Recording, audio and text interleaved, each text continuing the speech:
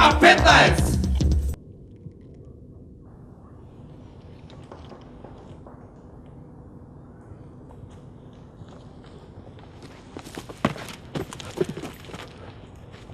Дие губа све што сија.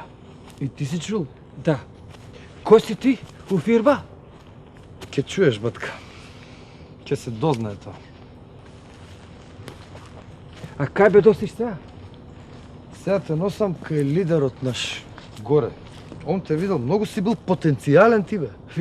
Ти, јас дам 23 говора здам да памет. И то едо со едо текст да не се повтори. 2 збора ако се поклапат. Имам за политика, социјална политика, екологија, секс, хемика, физика, ова све. И све здам да ординисам и со маси и со све.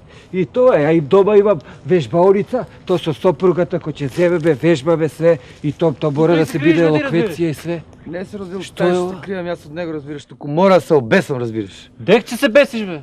Шо зборуваш ти, бе? Прво да ми врнеш 500 марки, што да ги дава некни. Не си ласка, бе, разбираш, што Ке се мислиш само беси. на тебе и ти дужам пари, разбираш. На 15 души им дужам пари, разбираш.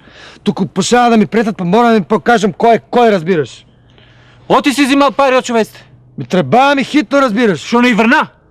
Заебак се сапа, разбираш. Домашен не сап не излева. Шо е ова руба од 500 марки носиш последна мода се носиш? Шо не продаваш рубата, тама брат не врни ми ги парите после без се. Да, продавам рубата, гола се обесам, а? Па после сите да ми се смеят тука да ме заебават, разбираш, кој како помине гол да ме гледат.